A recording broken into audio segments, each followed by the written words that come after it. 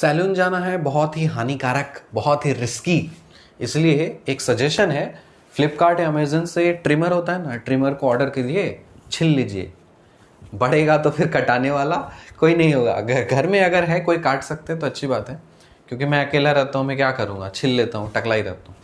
जब तक ये पूरी तरह से भाग नहीं जाता, वैक्सीन नहीं आ जाता, तब तक मैं सैलून में नहीं जाऊँगा। डर लगता है, क्योंकि सिर्फ मेरा लाइफ नहीं है, मुझे कुछ हो गया तो आप लोगों का क्या होगा, समझो बात को, ठीक है। तो स्टाइल वाइल बाद में बना लिया जाएगा, अभी हेल्थ इंपॉर्टेंट है। तो इसलिए अभी रेस्टोरेंट वगैरह सबसे बाहर का खाना तो बिल्कुल बंद, और पब्लिक टॉयलेट्स वगैरह, पब्लिक प्लेसेस वगैरह बंद कर दीजिए, घर पे रहिए। पावर समेशन और सीरीज समेशन, मतलब प्रीवियस लेक्चर में मैंने आपको दो कॉन्सेप्ट सिखाया था, एक पावर और नॉन पावर वाला। वो एक देहाती ठेठी भाषा था। आसान भाषा में, जैसे टेक्स्ट बुक्स में क्या रहता है, जो उस लैंग्वेज में आपको बता देता हूं ताकि आपको कंफ्यूजन ना हो। अगर कोई तरह का सीरीज पावर के टर्म्स में है तो उसको हम लोग पावर समेशन सीरीज बोलते हैं। अगर कोई सीरीज आपके सिर्फ सीरीज समेशन में हो, पावर में नहीं हो, तब उसको हम लोग सिर्फ सीरीज समेशन बोलते हैं। इसी को मैंने नॉन पावर बताया था, इसको मैंने पावर बता दिया था। फिर से समझ लो, देखो जैसे ये वाला जो एक्सप्रेशन है, इसको अगर मैं बोलूं एक्सपैंड करो बाबा, तो तुम क्या बोलोगे, सर ये वाला जो चीज है ना, यहां पे तो हमको पता ही नहीं कहां से कहां करना है। मैंने आपको सिखाया कहां से कहां करना रहता है, जीरो से लेकर के इन्फिनिटी। अगर कुछ नहीं है तो बाय डिफॉल्ट आप जीरो से लेकर के इन्फिनिटी पे जाओगे। तो पहला टर्म क्या बोलोगे, 3 + 4i के पावर में 0, z का पावर 0, प्लस 3 + 4i पावर में 1, z का पावर 1, 3 + 4i का पावर 2, z का पावर 2 जाएगा इस तरह से।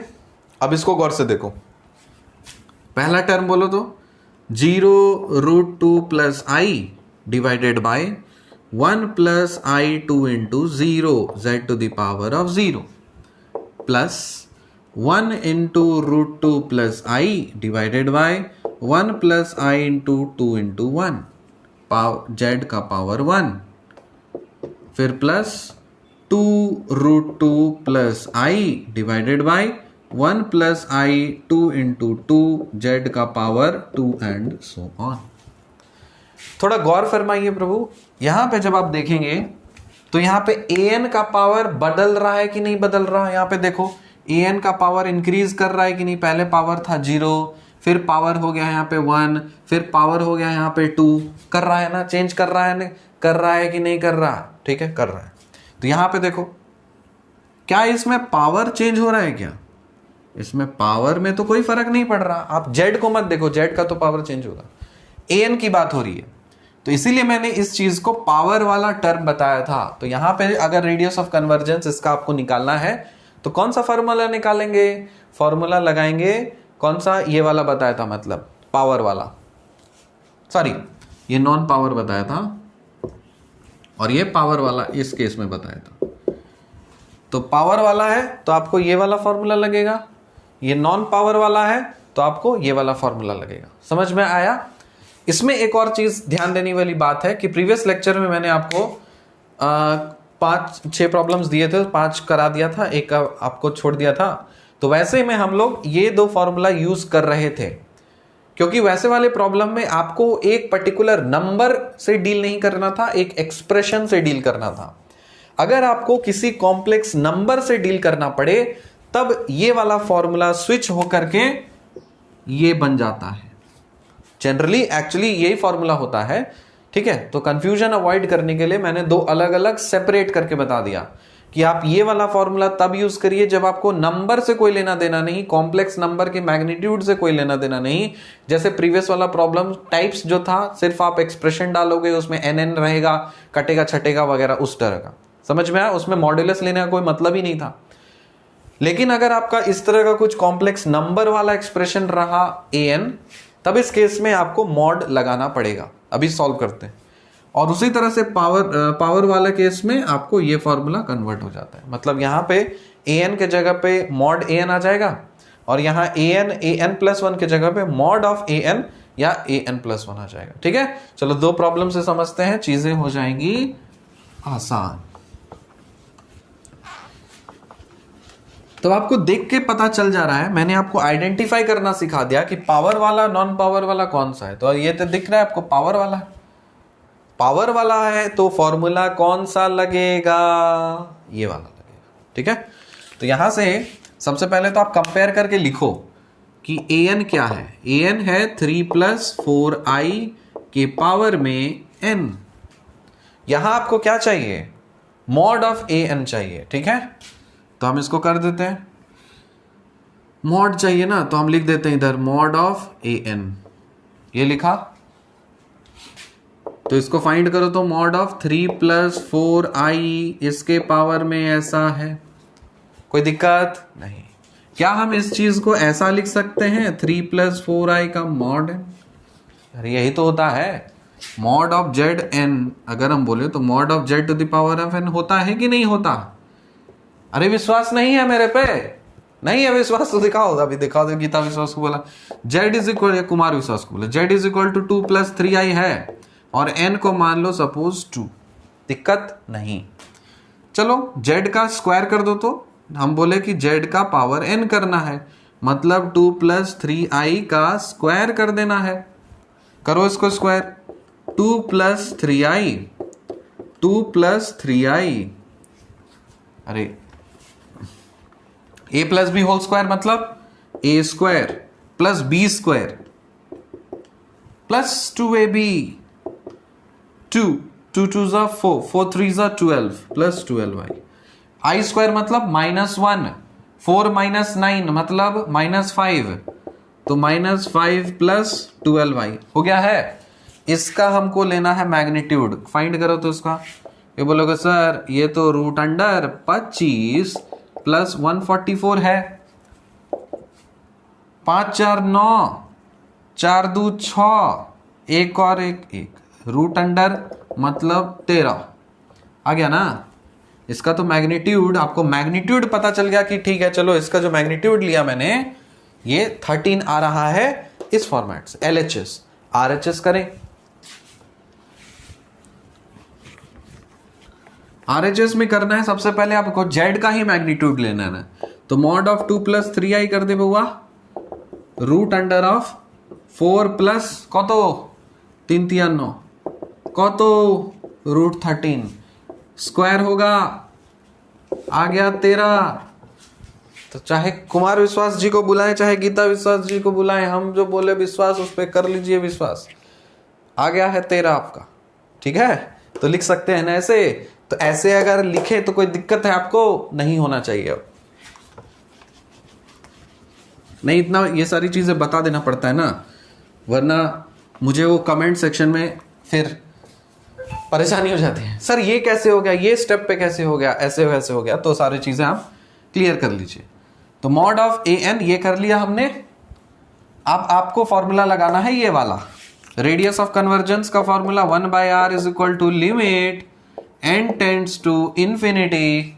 मॉड ऑफ an चाहिए ना, तो हम क्या लिखेंगे, मॉड ऑफ 3 + 4i लिखा, मॉड ऑफ an मतलब इसके पावर में n लिखा, फिर पावर मल्टीप्लाई 1/n करना है, लिख दिया, काट डालो, कुछ और करने का जरूरत है। 1/r = limit of √9 + 16, 3 3 9 4 4 16, n tends to infinity. अब तो कांस्टेंट हो गया ना, √25 मतलब 5, तो रेडियस ऑफ कन्वर्जेंस कितना हो गया, 1/5। समझ में आ गया है, वेरी गुड।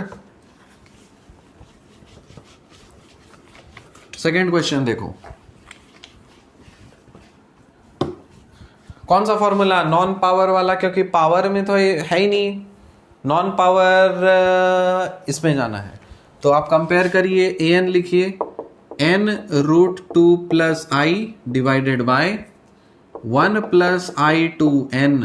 आपको चाहे क्या चाहिए, an + 1, so n + 1 √2 + i divided by 1 + i2 n + 1।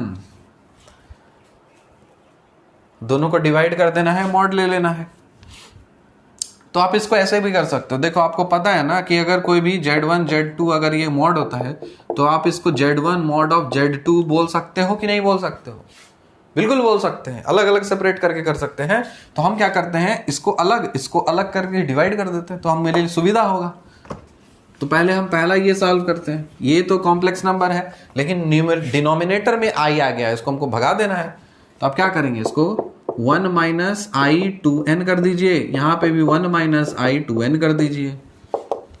ठीक, तो n root 2 multiplied 1 minus i two n plus i 1 minus i two n कर दिया। और नीचे में a plus b, a minus b बोले तो a square minus b square, तो a square minus b square कितना हो गया, ये हो गया 1 माइनस आई टू एन का स्क्वायर हो गया। तो n root 2 minus i two n square root 2 ये हुआ ना, minus i n square 2 root 2 plus i minus i square two n divided by 1 minus i two n उसका square बोले तो आई स्क्वायर हो जाएगा 4n स्क्वायर हो जाएगा, आई स्क्वायर हो गया, आई स्क्वायर हो गया 2 2 4 और n स्क्वायर हो गया।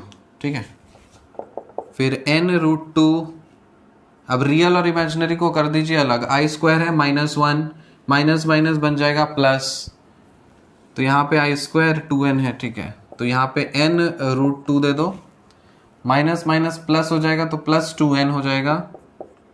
ये हो गया आपका रियल पार्ट, फिर प्लस इमेजिनरी पार्ट i को अलग रखो और 1 प्लस 2 रूट 2 n स्क्वायर कर दीजिए डिवाइडेड बाय आई स्क्वायर बोले तो -1 माइनस माइनस प्लस, सो 1 प्लस 4n स्क्वायर हो जा रहा है।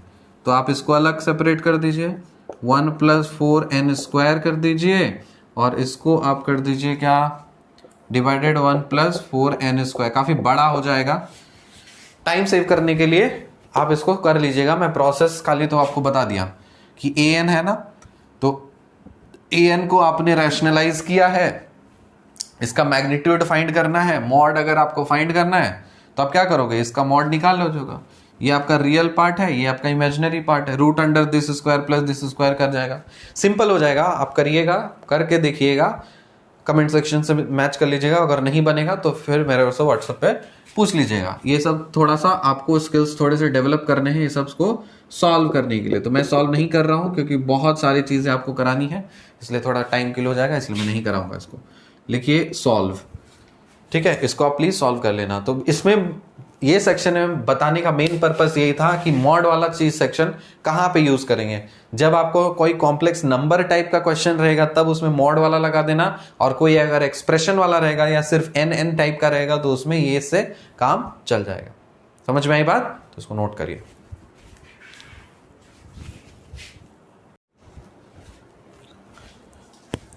अब समय आ गया है कि हम लोग पावर सीरीज का थ्योरेटिकल बैकग्राउंड थोड़ा ले लें। स्टार्टिंग मैंने आपको प्रॉब्लम्स वगैरह करा दिए थे, किस तरह से प्रॉब्लम सॉल्व करते हैं उस टाइप के टेस्ट को। अब हम लोग पावर सीरीज का थ्योरेटिकल बैकग्राउंड लेंगे।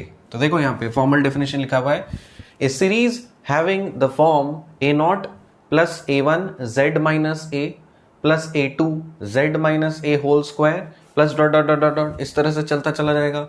ये जो पूरा सीरीज है ना, इसको आप कंप्रेस करके किस फॉर्मेट में लिख सकते हो, summation n is equal to 0 से लेकर के infinity an z minus a power n। अब n का वैल्यू यहाँ पे 0 से स्टार्ट करो, जब n के जगह पे 0 डालोगे तो a0 होगा, यहाँ पावर में 0 मतलब 1, तो पहला टर्म तो आ गया a0, दूसरा टर्म 1, n का वैल्यू 1 तो a1 हो जाएगा, और z माइनस a पावर 1 तो a1 z minus a power 1, उसी तरह से a2 z minus a power 2। ठीक है, इस तरह से ये चीज चलता चला जाएगा। इसी को शॉर्ट में कंप्रेस करके हम लोग इस तरह से जो लिखते हैं ना, तो इस पूरे सीरीज को बोला जाता है पावर सीरीज। पावर सीरीज किस में, z माइनस a में। तो यहां पे जो चीज लिखा हुआ है ना, इसको आप गौर से देखिए, यहाँ पे लिखा है z माइनस ए, तो हम बोलेंगे ये है एक पावर सीरीज z माइनस ए में। यहाँ पे z माइनस बी लिखा रहता तब बोलते ये है power series z minus b में। समझ में आई बात? तो जनरली पावर सीरीज का जो स्टैंडर्ड फॉर्मेट होता है वो ये होता है। अब यहाँ पे कुछ लोग या तो a यूज करते हैं, कुछ लोग z0 यूज करते हैं, तो आपकी मर्जी, जो मैंने आपको स्टार्टिंग में बताया था। ठीक है, इसका एक डेफिनेशन तो हो गया। इसी डेफिनेशन को एक और तरीके से बोल सकते हो, a series of variable terms of the form summation a n z n, या फिर summation a n z minus a power n, या फिर a n z minus z not power n is called a power series. यहां पे power में आएगा। ठीक है, अब ये वाला जो चीज मैंने बताया था ये क्या है, ये ओरिजिन से लिया हुआ है। यहां पे आपका z0 जो है वो 0 के बराबर है। इसमें जब a के जगह पे 0 बैठाओगे या फिर z0 के जगह 0 बैठाओगे तब क्या बनेगा, z के पावर n या फिर z के पावर n, वही चीज बन गया z के पावर n। तो जब भी आप ओरिजिन से स्टार्ट करते हो तब पावर सीरीज कुछ इस तरह से दिखता है। और मैंने ये भी बताया था कि मोस्ट ऑफ द केसेस में हम लोग ओरिजिन से लेके चलेंगे। कुछ एक्सेप्शनल केसेस में आपको किसी और पॉइंट से लेकर के चलना पड़ेगा, तो दोनों मैंने आपको बता दिया। अब बात करते हैं हम लोग absolute convergence of power series. ये भी हम लोग डिस्कस किए थे कि कौन पावर सीरीज एब्सोल्यूटली कन्वर्जेंट कब होता है और कौन सा पावर सीरीज कंडीशनली कन्वर्जेंट कब सा होता है। ठीक है, तो एक बार फिर से देखो, the series summation a n z to the power of n will be absolutely convergent if the series this is convergent. मतलब ये वाला जो चीज है इसका आप मॉड ले लेते हो तो वो अगर कन्वर्जेंट होता है, तो मॉड लेना मतलब एब्सोल्यूट वैल्यू ले लेना, तो ये अगर कन्वर्जेंट होगा तो हम क्या बोलेंगे कि ये एक एब्सोल्यूटली कन्वर्जेंट पावर सीरीज है।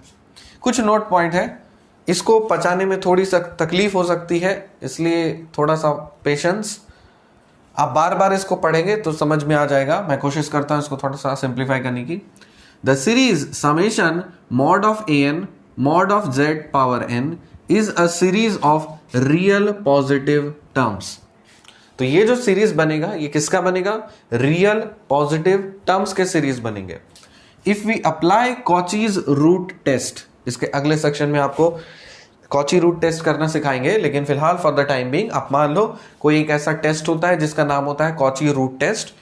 अगर इस वाले सीरीज पे अगर हम लोग कॉची रूट टेस्ट लगाते हैं तो हम लोग ये देखेंगे कि power series is absolutely convergent if this is less than unity. अब ये अलग सा एक्सप्रेशन आ गया, सर आप लिमिट लिखे हो, लिमिट के माथे पे डंडी लगा देते हो और फिर इस तरह से कुछ कर देते हो, क्या है ये, सिखाते हैं आपको। इफ वी पुट ये वाला जो पोर्शन है लिमिट के माथे पे डंडी, mod of an whole to the power of an by r, an is equal to 1 by r, मतलब ये वाला पोर्शन को अगर आप 1 by r कंसिडर करते हो तो क्या बोलोगे, mod z by mod r is less than unity, है ना। we see that the power series is absolutely convergent if mod z is less than r, ठीक है, and divergent if mod z is greater than r। तो देखो दो तरीके हैं आपके लिखने के, चाहे आप इस फॉर्मेट में लिखो चाहे आप इस फॉर्मेट में लिखो और r को मान लो कि ये और कुछ नहीं ये है। तो ये सारे अलग अलग मैथमेटिकल एक्सप्रेशंस में फिर से बता दे रहा हूं, कुछ कुछ टेक्स्ट बुक्स में ये वाला नोटेशन एक्सप्रेशन यूज किया जाता है, कुछ कुछ टेक्स्ट बुक्स में कुछ और यूज किया जाता है। तो आप घबराए नहीं, ये सिंबल देख करके डरे नहीं, आपके कृष्णा सीरीज में ये सब सिंबल दिए हुए हैं। तो इसको मैं बता देता हूं, ये माथे पे अगर ऊपर में रहता है ना तो उसको बोलते हैं अपर बाउंड या फिर सुप्रीमम, ठीक है, और नीचे में रहता है तो उसको बोलते हैं इन्फीमम। ये सारी चीजें जो है ना ये आपके रियल एनालिसिस में डिटेल में आएंगी, इसीलिए आप इस पोर्शन को रियल एनालिसिस के लिए छोड़ दीजिए, अभी जितना जरूरत है उतना आप ले लीजिए। मैं फिर से बता दे रहा हूं, ये वाला पोर्शन जो supremum, infimum, upper bound, lower bound वाली चीजें हैं, ये सब आप रियल एनालिसिस कैलकुलस पार्ट में आप देखेंगे। अभी उसका बस एक एप्लीकेशन पार्ट है, तो अभी बेवकूफ़ी होगी कि अगर हम लोग डीप में वहां पे चले जाएं, ठीक है। तो बस ये एक नोट सेक्शन था, इसको आप ध्यान से रखिए कि कौन से पावर सीरीज को एब्सोल्युटली कन्वर्जेंट कहने का एक और तरीका ये भी होता है, ठीक है। फिर से देखो, the series this is a series of real positive terms If we apply Cauchy's root test, we see that the power series is absolutely convergent if supremum limit is of this is less than unity, and if we put this part as 1 by r, तो इतना portion को आप 1 by r बोलोगे ना, तो 1 by r नीचे आ गया, और ये तो इसको क्या बोल सकते हो, mod z by r is less than unity. अगर मॉड जेड बाय आर देख लो यहाँ पे, अगर मॉड जेड बाय आर अगर लेस देन यूनिटी अगर होगा तो उसको हम लोग एब्सोल्युटली कन्वर्जेंट बोलेंगे। अगर ऐसी बात है तो हम आर को इधर भगा करके क्या डायरेक्ट ऐसे नहीं बोल सकते कि mod z is less than r अगर होगा तभी हम उसको एब्सोल्युटली कन्वर्जेंट बोलेंगे। ग्रेटर देन 1 हुआ मतलब mod z is greater than r हुआ तो उसको डाइवर्जेंट बोलेंगे, और अगर इक्वल टू 1 हो गया तो टेस्ट फेल कर जाएगा और उस केस में बोलेंगे we can not say anything, तो उसको बोलते हैं कॉची रूट टेस्ट। इसको एक छोटा सा एग्जांपल लेकर के अगले सेक्शन में आपको बताते हैं हम, लेकिन फिलहाल इस पर्टिकुलर सेक्शन के लिए ये चीज आप ध्यान रखिए। कुछ नोट इंपॉर्टेंट, जैसे ये वाला जो चीज है ना, इसका मतलब क्या होता है, इसका मतलब ये होता है कि लिमिट लिखा और फिर ये जो लिखा है नहीं, आपने क्या लिखा है, एक सीक्वेंस लिख दिया है, मतलब कुछ सीक्वेंस चल रहा है इस तरह से। तो लिमिट ए एन और माथे में डंडी is equal to limit supremum of sequence a n when n tends to infinity. ये क्या मतलब है, ये वो पोर्शन है ना, ये वाला जो चीज, इसको हम बोलते हैं सुप्रीमम, और लिमिट नीचे में डंडी बॉटम में ऑफ ए एन, इसका मतलब होता है कि limit infimum of a n when n tends to infinity, इसको बोलते हैं इन्फीमम। एग्जाम्पल से देखो, सपोज मान लो कि तुम्हारे पास कोई सीक्वेंस है 1 2 3 1 2 3 1 2 3 इस तरह से सीक्वेंस चल रही है, तो इसके लिमिट पॉइंट क्या होंगे, इसके लिमिट पॉइंट तो तुम बोलोगे कि सर इसमें 1 2 और 3 नंबर ही अपीयर कर रहा है और तो कुछ अपीयर नहीं कर रहा, तो इसमें हम बोल सकते हैं कि 1 है, ठीक है ना, ये भी तो रिपीट हो रहा है ना, मतलब 1 1 1 1 1 1, ओके। उसी तरह से 2 है तो 2 2 2 2 2 2 2, फिर 3 है तो 3 3 3 3 3 3, समझ में आया। तो 3 लिमिट पॉइंट्स है हमारे पास।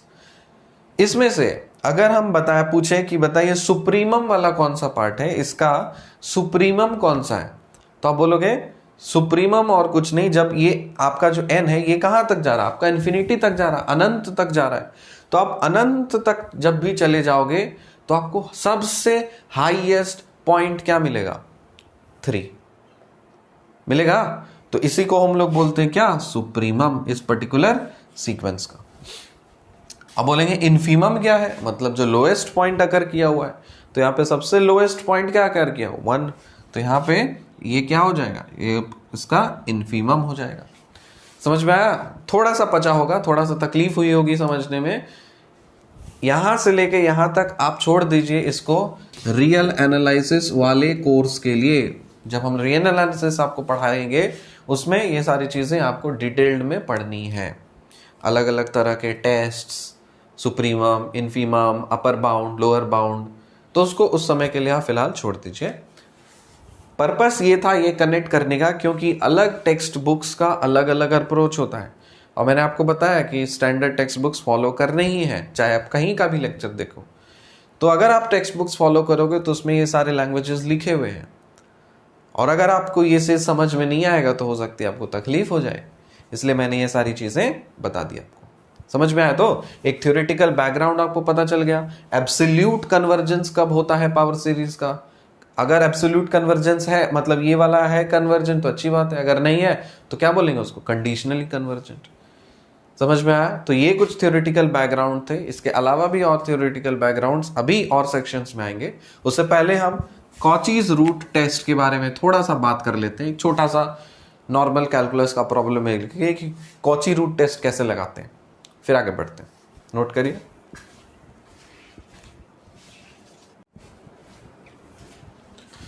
अब देखो कॉची रूट टेस्ट है ना, ये सारी चीजें हम लोग रियल एनालिसिस में भी पढ़ेंगे। यहां पे क्योंकि वो एक टर्म अपीयर कर गया था इसलिए हम आपको बता देते ताकि कंफ्यूज ना हो आप। देखिए, a series sum of positive terms is convergent if limit u of n un power 1 by n and n tends to infinity। अगर ये आप फाइंड करते हो, अगर 1 लेस देन 1 होता है तो कन्वर्जेंट बोलेंगे, ग्रेटर देन 1 आता है तो डाइवर्जेंट बोलेंगे, इक्वल टू 1 आता है तो टेस्ट फेल कर जाएगा और कुछ नहीं बोल सकते, we can not say anything. यहाँ पे बोले सर यूएन क्या है? अरे यूएन और लास्ट में जो एन है एक ही है, चाहे आप एन से रिप्रेजेंट करिए चाहे आप यूएन से रिप्रेजेंट करिए, कोई फर्क नहीं पड़ता। ठीक है, बस क्या होना चाहिए, पॉजिटिव टर्म्स वाला सीरीज होना चाहिए। तो हम लोगों ने उसमें एन देखा था, यहाँ पे यूएन के टर्म्स में इसको लिखा है, तो उससे कोई फर्क नहीं पड़ता। इसको आप एन मान लीजिए और यहाँ एन डाल करके सॉल्व करिए, या फिर इसको यूएन मान लीजिए, यूएन डाल करके इसको सॉल्व करिए, उससे कोई फर्क नहीं पड़ता।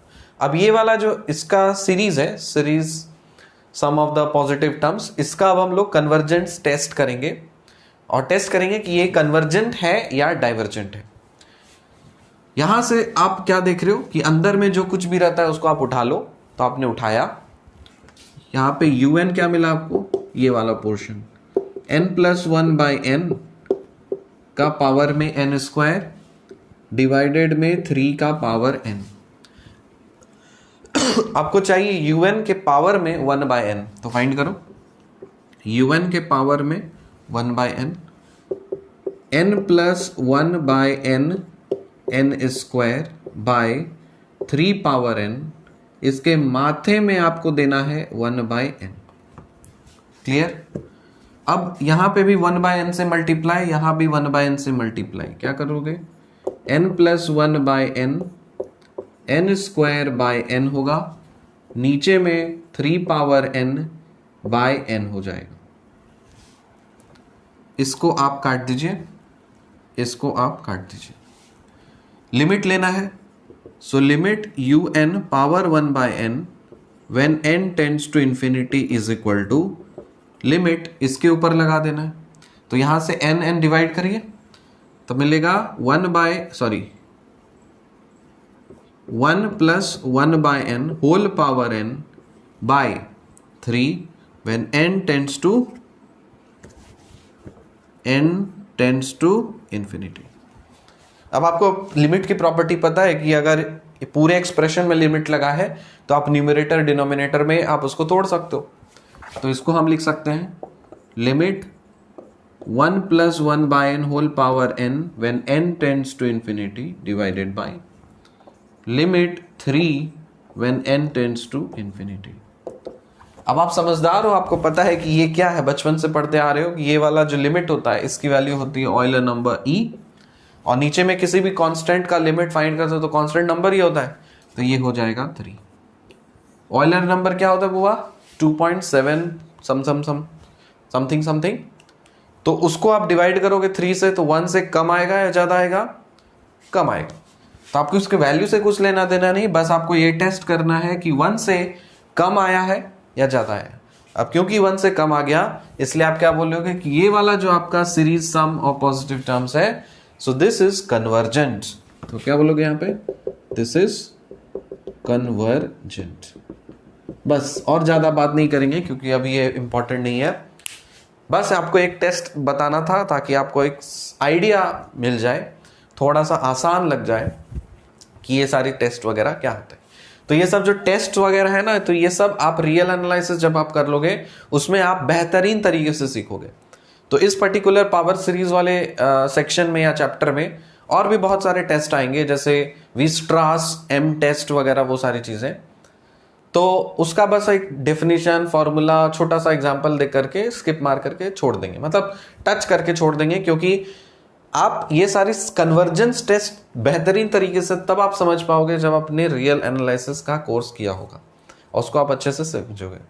तो ये वाला जो सेक्शन में पावर सीरीज में मेनली आपका इंपॉर्टेंट टेलर्स, लॉरेंट्स, ये सब पढ़ना ज्यादा इंपॉर्टेंट होता है एज कंपेयर टू दिस। हालांकि ये भी इंपॉर्टेंट है, मैं ये नहीं बोलूंगा कि पूरी तरह से आप नेग्लेक्ट कर दो, क्योंकि इसमें थ्योरेटिकल चीजें बहुत ज्यादा है, इसमें तो थोड़ा सा आपको थ्योरेटिकल बैकग्राउंड, मैथमेटिकल लैंग्वेज, वो आपको समझने में हो सकता है थोड़ी सी तकलीफ हो। तो हम कोशिश कर रहे हैं आपके लिए आसान बनाने की, जितना हो सकता है हम उतना कर रहे हैं। उसके बाद जब आप कोर्स कंप्लीट हो जाएगा, जब आप प्रैक्टिस सेशंस में हम लोग कूदेंगे, रिवीजन वगैरह करेंगे कोर्स कंप्लीट करने के बाद, उसमें आप बेहतरीन टाइप के प्रॉब्लम्स के साथ आप डील करेंगे और वहां पे भी नए नए कॉन्सेप्ट्स आप सीखोगे और प्रॉब्लम को सॉल्व करोगे। तो पढ़ाई करने का देखिए एक तरीका आप दिमाग में अच्छे से घुसा लीजिए कि एट अ स्ट्रेच आपको पढ़ना नहीं है, कोई भी चीज को एट अ स्ट्रेच एक बार में आप सोच लोगे मैं सीख जाऊंगा पूरी तरह से, नहीं सीख पाओगे। कोई अगर इस तरह से बताता भी है कि नहीं हम एक बार में पढ़ा देंगे सब क्लियर हो जाएगा, तो सही तरीका नहीं है, मेरे अकॉर्डिंग एटलीस्ट सही तरीका नहीं है। आपको उसको मतलब over a period of time बार बार करते रहना पड़ेगा। फर्स्ट टाइम में कुछ समझ में आया, सेकंड टाइम पढ़ा उसमें कुछ समझ आया, थर्ड टाइम पढ़ा उसमें कुछ समझ आया, तो इस तरह से आपको पॉलिश करते रहनी है चीज़ों को, ठीक है। तो इसलिए आप बार एक स्ट्रेच में पढ़ने की कोशिश ना करें अगर आप एवरेज स्टूडेंट हो तो। अगर आप ब्रिलियंट स्टूडेंट हो, बॉर्न ही गिफ्टेड हो, तो फिर तो आपने ऐसे मिस्टर बीन और वो क्या चिट्ठी उसके तरह किताब को ऐसे पलटा, ऐसे ऐसे स्कैन किया, सब दिमाग में घुस जाएगा। हम लोग तो चिट्ठी नहीं है ना we are normal human beings. तो आप इसको नोट करिए, आगे बढ़ते हैं।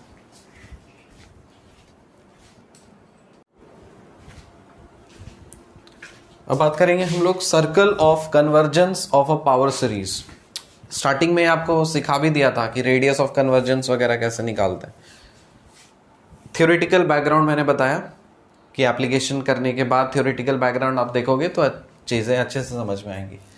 तो the number r is equal to limit supremum mod of an power 1 by n is called the radius of convergence of the power series summation,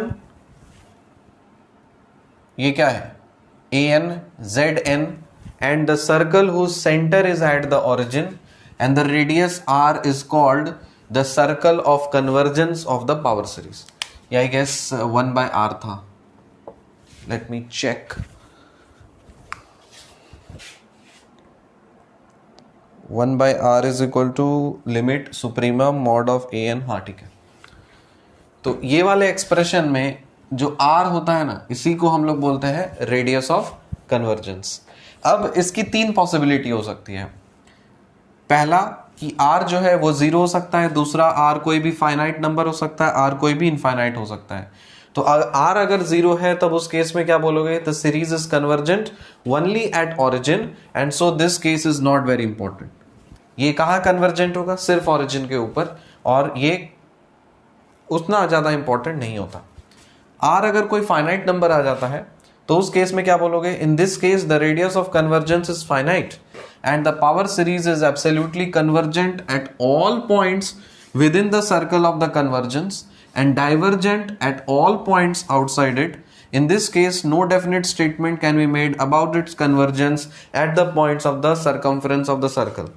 और third में अगर कोई इनफाइनाइट आ जाए तो इसका मतलब the series converges for all values of z since r is infinite in this case. इसको diagram से थोड़ा सा समझिए।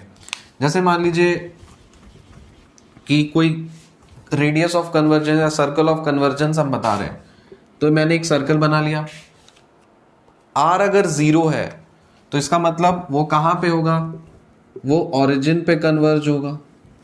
कहां पे होगा, वो ओरिजिन पे कन्वर्ज होगा। सिर्फ r अगर वैल्यू है, आपका रेडियस ऑफ कन्वर्जेंस है सपोज 0, तो आपने 0 कर दिया। 0 रेडियस मतलब क्या, एक पर्टिकुलर पॉइंट। अगर मान लीजिए r कोई एक फाइनाइट है तो ऑब्वियसली कोई फाइनाइट नंबर का एक सर्कल बनेगा क्योंकि एक फाइनाइट नंबर का सर्कल बना है। इस सर्कल को हम लोग बोलेंगे सर्कल ऑफ कन्वर्जेंस और इस रेडियस को बोलेंगे रेडियस ऑफ कन्वर्जेंस। कहने का तात्पर्य है कि जो पूरा सीरीज है आपका, इस पूरे सर्कल के अंदर कोई भी पॉइंट पे कन्वर्ज कर सकता है। कोई भी पॉइंट पे कन्वर्ज कर सकता है। अरे कन्वर्ज करने का मतलब क्या होता है, जैसे मान लो कोई भी एक नंबर है, मतलब सीरीज है। देखो एक बेसिक सिंपल सा लॉजिक समझो। जैसे हम बोले कि 1 + 2 + 3 + 4 + 5 प्लस सीरीज है, बोलेंगे इसका सम निकालिए, तो कहां जाएगा, एकदम सम ऑफ इनफाइनाइट नंबर्स तक जाएगा, है ना। कहां तक जाएगा, इन्फिनिटी तक ऐड करते चले जाओगे तो कभी किसी एक पर्टिकुलर कोई एक फाइनाइट नंबर मिलेगा क्या।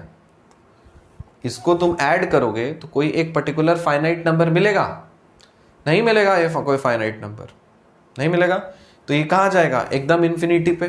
तो इसका रेडियस ऑफ कन्वर्जेंस क्या हो गया, मतलब वो इनफाइनाइट पे, मतलब वो इन्फिनिटी पे कन्वर्ज करेगा। क्योंकि आपको पता ही नहीं ना, अरे इन्फिनिटी कहां जाओगे तुम, नहीं जा सकते। उसी तरह से कोई दूसरा सीरीज है सपोज मान लो, तो वो उसका जो वैल्यू हो सकता है कि 0 को अप्रोच कर रहा हो सम, या फिर कोई एक ऐसा सीरीज है उसका सम अगर 1 को अप्रोच कर रहा हो, 2 अप को अप्रोच कर रहा हो, ठीक है कि नहीं। तो वैसे सारे सीरीज के लिए ये सारी चीजें डिस्कस की जाती है कि उसका कन्वर्जेंस मतलब किसी एक पर्टिकुलर पॉइंट पे उसकी क्या वैल्यू आने वाली है।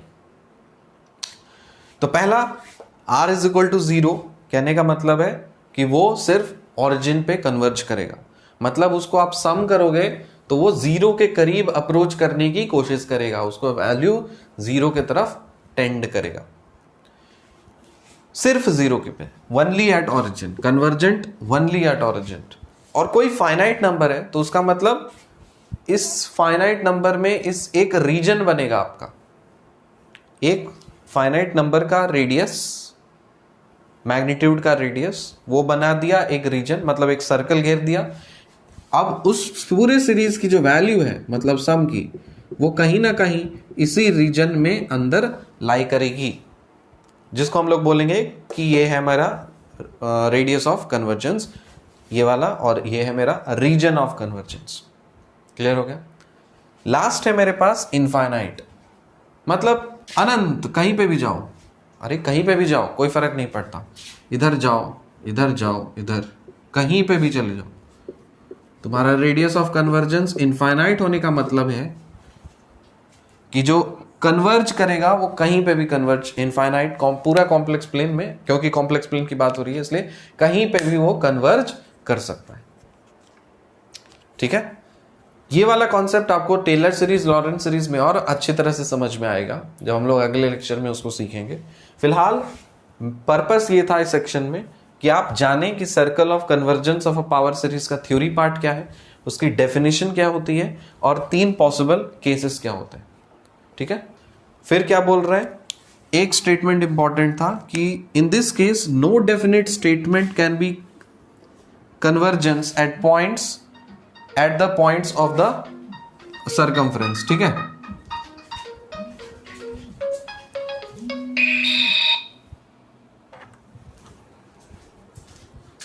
तो किसी भी एक पर्टिकुलर, मतलब ये जो पूरा सर्कल का सर्कमफ्रेंस है ना, तो इस पर्टिकुलर पॉइंट पे आप कुछ नहीं उसके बारे में बोल सकते हो। ठीक है, तो there no statement can be conceived या फिर कन्वर्जेंस। ठीक है, 3 इंपॉर्टेंट केसेस थे, ये चीज आपको ध्यान रखना है। सर्कल ऑफ कन्वर्जेंस क्या होता है, रेडियस ऑफ कन्वर्जेंस क्या होता है, इसको आप अच्छे से नोट करें।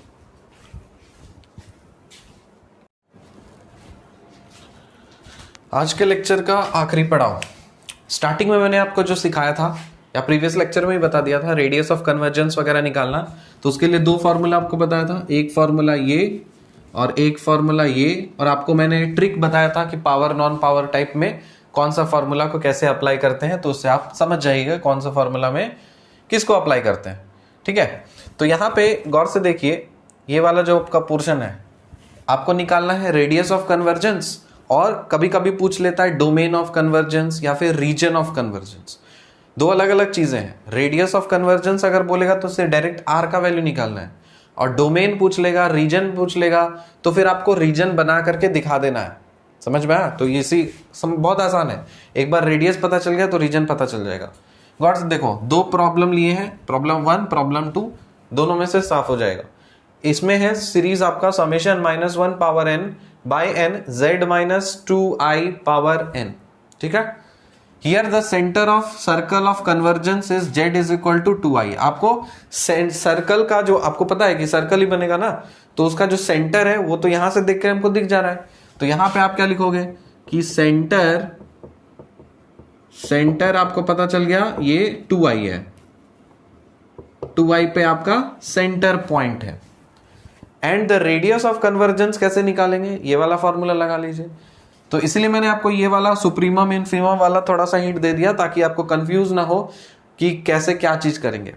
तो इस वाले फॉर्मूला में आपको क्या करना है, ये वाला फॉर्मूला वैलिड है तो ये वाला फॉर्मूला लगा लोगे।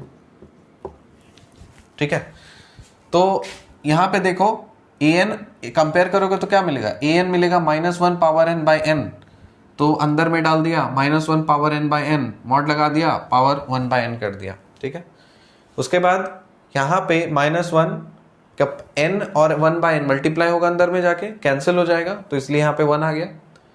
n यहाँ पे पावर 1 है, 1 बाय n मल्टीप्लाई करोगे तो नीचे में 1 बाय n आ जाएगा, मॉड लगा दीजिए, n टेंड्स टू इन्फिनिटी। तो जब आप n टेंड्स टू इन्फिनिटी करोगे तो यहाँ पे इन्फिनिटी बैठाओगे ना, बैठाओगे यहाँ पे। सो 1 बाय इन्फिनिटी 0 और n पावर 0 1, तो नीचे भी 1 हो गया, -1 है, -1 का मॉड क्या हो जाएगा, 1 हो जाएगा। तो इसलिए कब आपको मॉड लगाना है नहीं लगाना है उसको तो काफी अच्छे तरह से आपको वो चीज पता होता है कि जब भी साइन का वगैरह कंफ्यूजन अगर रहेगा तो हम मॉड लगाएं, बेटर है आप मॉड लगा करके सॉल्व करो। हालांकि मैंने आपको बता दिया है कि मॉड वाला और बिना मॉड वाला प्रॉब्लम को कैसे आप हैंडल करना है, डील करना है, वो सारी चीजें आप उस पर डिस्कस कर सकते हो। तो यहाँ पे R निकाल सकते हो, रेडियस ऑफ कन्वर्जेंस। इसके बाद आपको फाइंड करना है find the domain of the convergence. इसके लिए यह है सेकंड क्वेश्चन हमारा। जब इसको आप कंपेयर करोगे तो इसको थोड़ा सा मॉडिफाई करना पड़ेगा हमको। तो मैंने क्या ले लिया, जेड स्क्वायर को कुछ मान लिया जीटा, और यहाँ पे लिख दिया summation n square by 1 plus I power n, और इधर जो मर्जी कुछ भी हो जाए। तो इधर हमको कुछ भी है, इससे हमको कुछ लेना देना नहीं, इधर कर दिया मैंने। जब आप इसको कंपेयर करोगे तो यहाँ से आपको an पता चल जाएगा, an है, an प्लस 1 निकाल लोगे, और उसके बाद फिर क्या करोगे, रेडियस ऑफ कन्वर्जेंस निकालना है, तो ये वाला फॉर्मूला यहाँ पे यूज हो जाएगा। तो इसको जब आप यूज करोगे तो इसको सॉल्व करोगे तो आ जाएगा √2। तो रेडियस ऑफ कन्वर्जेंस आ गया यहाँ पे √2 और सेंटर आ गया आपके पास -1। ठीक है, तो जब भी इस तरह से आ गया है यहाँ पे सारी चीजें, तो आप क्या करोगे, इसको एक सर्कल बना, मतलब यहाँ पे देखिए रेडियस है आपके पास √2 और सेंटर है आपके पास -1। तो आप क्या करोगे, यहाँ पे एर्गेंट प्लेन में -1 बना लिया एक सेंटर पॉइंट, रेडियस √2 का रेडियस से एक सर्कल बना लिया, बन गया है ये आपका डोमेन या रीजन ऑफ कन्वर्जेंस। दिख रहा है ये वाला पोर्शन। तो इसमें आप क्या बोलोगे कि डोमेन या रीजन ऑफ कन्वर्जेंस आपका सारा जो आपका पोर्शन है, एक डिस्क है जो इस सर्कल के अंदर में। तो इसको अगर रिप्रेजेंट करना है मैथमेटिकली तो क्या बोलेंगे, ये और कुछ नहीं, मॉड ऑफ जीटा, सेंटर क्या होता है -1, तो यहाँ पे +1 हो जाएगा। कौन से रीजन में जाना है, इस सर्कल के बाहर जाना है या अंदर आना है, अंदर में आना है। तो इस साइड क्या लिखते हैं, इस साइड तो हम रेडियस लिखते हैं, लिख दिया। अब सर्कल के अंदर में आना है ना, तो अंदर हो गया। तो ये क्या रिप्रेजेंट कर रहा है, ये एर्गेंट प्लेन, तो ये जीटा प्लेन जिसमें ये वाला पोर्शन है। इसको आपको जेड में अगर कन्वर्ट करना है तो आप क्या करोगे, आप उसको कन्वर्ट कर दो ना। जीटा को आपने क्या माना था, जीटा को माना था जेड स्क्वायर, तो यहाँ पे कर दो mod of Z square +1 is less then √2। हो गया। इसको थोड़ा सा और अगर सिंप्लीफाई करना चाहो तो इसको कन्वर्ट करके लिख सकते हो, जेड को क्या लिखोगे, x + iy उस टर्म में। ठीक है, तो जो मर्जी ये वाला शो कर देना, ये वाला चीज हो गया। तो ये सारी चीज है रिप्रेजेंटेशन। तो दो अलग अलग चीज था, एक रेडियस ऑफ कन्वर्जेंस निकालना और एक डोमेन ऑफ कन्वर्जेंस निकालना। तो इस केस में आपका बताइए सेंटर तो ये है, रेडियस क्या निकला था, रेडियस निकल गया था आपका 1। तो इसका डायग्राम कैसे बनेगा, रेडियस है 1 यूनिट का रेडियस है और सेंटर है 2i। तो आर्गेंट प्लेन में 2i किधर दिखाते हैं, ये है इमेजिनरी, तो 1 यूनिट 2i, तो ये है i और ये है आपका 2i। इसमें से 1 यूनिट का सर्कल बनाना है इस सेंटर को मान करके। तो सेंटर मान लिया है आपने क्या, 2i, और रेडियस क्या है 1 यूनिट, तो एक 1 यूनिट का यहां तक जाएगा, 1 यूनिट ऊपर जाएगा, मतलब इस तरह का कुछ इस तरह सर्कल बनेगा। समझ रहे हो। तो ये बन गया इसका डोमेन ऑफ कन्वर्जेंस, मतलब इसी के अंदर जो कुछ भी कन्वर्ज होगा वो सब इसी के अंदर ही होगा, इसके बाहर नहीं होगा। ठीक, बहुत ही आसान है। तो आप रेडियस ऑफ कन्वर्जेंस भी निकाल सकते हैं, डोमेन और रीजन ऑफ कन्वर्जेंस भी आप निकाल सकते हैं। और भी जो मिसलेनियस टाइप के आपके अलग टेस्ट्स हैं जैसे विस्ट्रास, एम टेस्ट वगैरह, वो नहीं समझ में आएगा अभी इस स्टेज पे। मैं बता रहा हूं आपको, अभी समझ में नहीं आएगा, मैं कोशिश भी करूंगा तो भी समझ में नहीं आएगा। इसलिए वो सारी जो मिसलेनियस टॉपिक्स हैं पावर सीरीज में, जो छोटे छुटपुट मिसलेनियस टॉपिक्स हैं, वो हम छोड़ दिए हैं एकदम लास्ट के लिए, जब हम आपको प्रीवियस ईयर क्वेश्चन सॉल्व करना सिखाएंगे, जो मिसलेनियस कॉन्सेप्ट्स आपको बताएंगे कोर्स कंप्लीशन के बाद, वहां पे वो सारी मिसलेनियस टॉपिक्स डिस्कस की जाएंगी सारे कोर्सेज की। तो अभी जो एक लेवल चल रहा है, मैं आपको हमेशा बताता हूँ कि कोर्स जो डिजाइन होता है वो 3 लेवल पे हम लोग कर रहे हैं, लेवल 1, लेवल 2, लेवल 3। लेवल 1 में जो फंडामेंटल्स, बेसिक, आसान सारी चीजें हैं, उससे कोर्स कंप्लीट होगा लेवल 1 में। लेवल 2 में हम लोग मिसलेनियस कॉन्सेप्ट्स पे सीखेंगे, मतलब आपका जो छोटे छोटे कॉन्सेप्ट्स मिस हो गए इधर उधर, मतलब जानबूझ करके मिस किए गए, उसको लेवल 2 पे सिखाया जाएगा। और लेवल 3 पे तो थ्योरम्स ऑफ प्रूफ्स वगैरह, और थ्योरम्स ऑफ प्रूफ्स इस तरह से हम लोग टेस्ट करेंगे, मतलब इस तरह से पढ़ेंगे, और स्क्रीन पे मैं आपको दिखा दूंगा, डायरेक्ट बोल दूंगा हाँ ये सारे पढ़ो, एग्जाम में हूबहू वही सब छपेगा, 100% गारंटी। तो सारे थ्योरम्स ऑफ प्रूफ्स नहीं करने आपको, क्योंकि वो अननेसेसरी टाइम वेस्ट है, बकवास है वो सारी चीजें। आपको सेलेक्टेड थ्योरम्स एंड प्रूफ्स करने, इसीलिए मैं इस कोर्स में नहीं घुसा रहा। अगर आपको कंफ्यूजन हो कि सर आप थ्योरम्स नहीं करा रहे हो, प्रूफ्स नहीं करा रहे हो, क्यों नहीं करा रहे हो सर, मेन रीजन यही है कि थ्योरम्स और प्रूफ्स सारे नहीं करने हैं, हमें उतना ही पढ़ना है जितने हमारी जरूरत है। हद से ज्यादा किसी भी चीज की अति नुकसानदेह होती है। समझ में आई बात? तो ये लेक्चर हो गया है कंप्लीट पावर सीरीज का, पूरा पावर सीरीज। अगले लेक्चर से हम लोग स्टार्ट करेंगे Taylor series theorems, Laurent series and theorems. मिलते हैं आपसे अगले लेक्चर में, तब तक के लिए बाय।